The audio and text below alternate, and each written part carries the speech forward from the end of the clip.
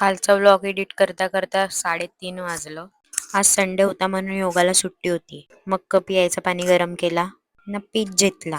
पण मी एक विचार करता मी 3:30 वाजता झोपून पण मला 9 वाजता जाग कशी काय आली. नाही, योगाला जाताना मला अशी कला जाग येत नाही. असो, पाणी तर पिला पण आज काहीच करायचा मन नव्हता. करीत होता काय माहिती काय झालता. पाणी पिता पिता ग्लास घेऊन बेडरूम मध्ये गेलो.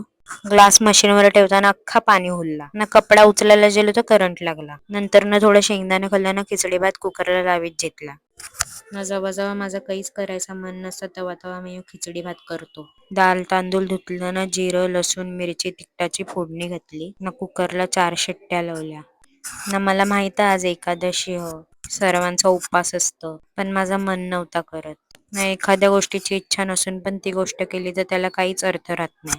यो पप्पा इथं कालचा व्लॉग बघतो ना. यो पाऊस तर एकादशीच गाजवीत होता. प्रत्येक दिवस रोज सारखा नसतो. आजसाठी एवढाच. आता भेटू उद्याच्या ब्लॉग मध्ये. बाय.